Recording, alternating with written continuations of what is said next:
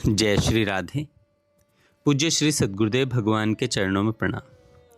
पूज्य श्री भाई जी एक साधक से कहते हैं, यूँ तो सारा संसार ही भगवान में ओतप्रोत है, भगवान के अतिरिक्त अन्य कोई वस्तु ही नहीं है।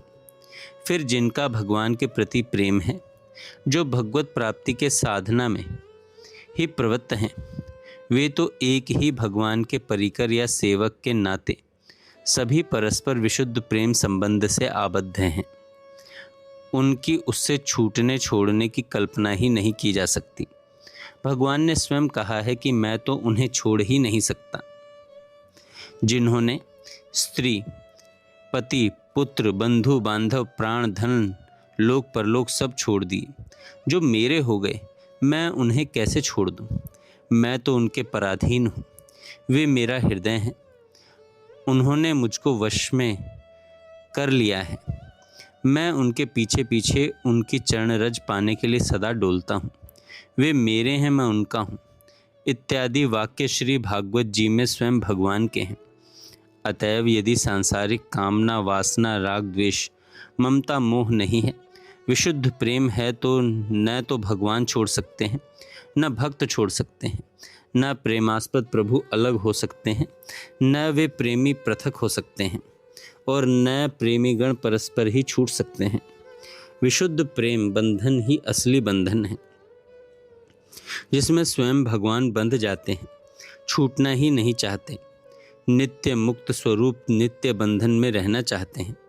हाँ, संबंध होना चाहिए केवल और केवल विशुद्ध प्रेम का।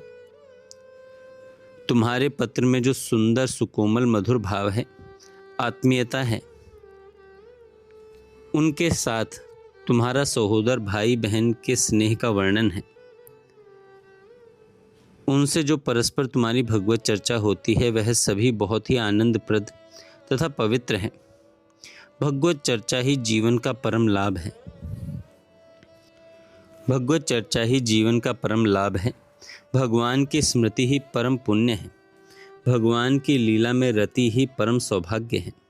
संसार के अन्य लोगों के गुण दोषों की स्मृति सर्वथा न करके निरंतर केवल भगवत लीला सेवा प्रेम रस का ही पान करते रहना चाहिए। अन्येषु दोष गुण चिंतन मासु मुक्त्वा सेवा कथा रसमहो नितराम पिबत्वम। यही परम उत्तम लाभ है। मन में तुम सब लोग बहुत प्रसन्न रहना। भगवत भाव, भगवत स्मृति, भगवान की सन्निधि की अनुभूति को खूब खूब बढ़ाते रहना, खूब खूब बढ़ाते रहना। भगवान की कृपा बहुत है, पर सदा सर्वदा केवल श्री भगवान का ही स्मरण रहे, भगवान की ही अनुभूति हो, भगवान में ही प्रेम हो। कहीं भी किसी भी कारण से मोहवश सांसारिक प्रपंच का संपर्क मन में बिल्कुल न रहे। संसार कहीं कहीं भगवान के नाम पर भी मन में आ जाता है, अतएव बड़ी सावधानी की आवश्यकता है। पता ही नहीं लगता, हम मानते हैं केवल भगवान से हमारा संपर्क है, पर गहराई से देखने पर पता लगता है कि छिपकर भगवान के स्थान पर भोग बैठ गया था। इसीलिए बड़ी सजगता के साथ केवल भगवान को ही शरीर, मन, वाणी से सदा पकड़े रखना चाहिए। भगवान यदि दर्शन देते हैं तो बड़ा सौभाग्य है, उनकी महती कृपा है।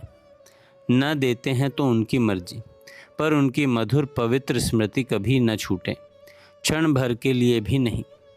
उनके अमिलन की स्थिति में भी उनकी स्मृति महान आनंददायी होती है। वहाँ दुख का तो कहीं लेश भी नहीं है।